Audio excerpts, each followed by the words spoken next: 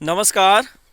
अगर आप एक बीएलओ है और बीएलओ गरुड़ा मोबाइल एप्लीकेशन के माध्यम से 6B फॉर्म भर रहे हैं, यानी कि 1 अगस्त 2022 के पश्चात इलेक्शन कमीशन ऑफ इंडिया की ओर से एक विशेष प्रोग्राम चलाया जा रहा है जिसे विशेष संक्षिप्त पुनरीक्षण कार्यक्रम नाम दिया गया है, जिसके अंतर्गत प्रत्येक बीएलओ को अपने भाग संख्या में जितने भी वोटर्स हैं उन सभी को आधार ऑथेंटिकेट करना है। आधार के अलावा किसी अन्य डॉक्यूमेंट से भी किया जा सकता है, इसे वैकल्पिक रखा गया है।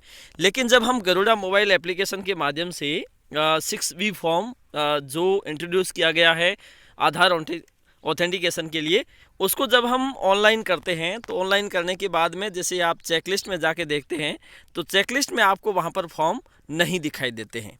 मतलब जो फॉर्म आपने जितने अप्लाई कर दिए हैं वो फॉर्म आपको वहाँ पर दिखाई नहीं दे रहे हैं। जैसे कि मान लीजिए आपकी मतदाता सूची में 940 वोटर्स है, ठीक है, और 940 वोटर्स में से जैसे इनके हैं 944 वोटर्स, ठीक है, तो इनमें से जैसे आपने मान लीजिए 156 या फिर 150 वोटर्स का आधार ऑथेंटिकेट कर लिया है और वहाँ जाकर आप चेकलिस्ट में देखते हैं तो या तो उसमें कुछ भी संख्या नहीं दिखा रहा होगा या फिर अगर दिखा रहा है तो 10 से ज़्यादा वो नहीं दिखा रहा है। तो इसके लिए आपको क्या करना पड़ेगा, क्योंकि हमने जब ये देखा तो काफ़ी समय से हमारे सामने ये समस्या आ रही थी, तो हमने एक एज ए प्रयोग के तौर पर इसमें देखा गया कि हमने ऐसा किया कि एक बार इस फ़ोन को जिस फ़ोन से हम इस मोबाइल एप्लीकेशन को चला रहे थे तो उस फ़ोन से हमने उस मोबाइल एप्लीकेशन को लॉग आउट कर दिया, ठीक है, और उसके बाद में लॉग आउट करने के बाद में उसे अनइंस्टॉल कर दिया। और अनइंस्टॉल करने के बाद में जब मैं आपको पहला वाला स्क्रीनशॉट भी दिखाऊंगा कि उसमें कुछ भी नहीं दिखा रहा है, और अब मैं आपको वास्तव में दिखाऊंगा कि एक बीएलओ के रूप में इन्होंने काम किया है और वास्तव में इनका जो वोटर्स है वो सही रूप में दिखाई दे रहे हैं, ठीक है। तो अनइंस्टॉल करने के बाद में दोबारा से आप इंस्टॉल कीजिए और इंस्टॉल करने के बाद में लॉगिन आईडी, आपके मोबाइल नंबर, पासवर्ड लगा के देखिए और इसके बाद में जब आप देखोगे तो वहाँ पर आपके पूरे नंबर्स शो हो रहे होंगे। तो मैं आपको पहले वाला स्क्रीनशॉट दिखाता हूँ जिसमें कुछ भी संख्या यहाँ पे नहीं दिखाई जा रही है।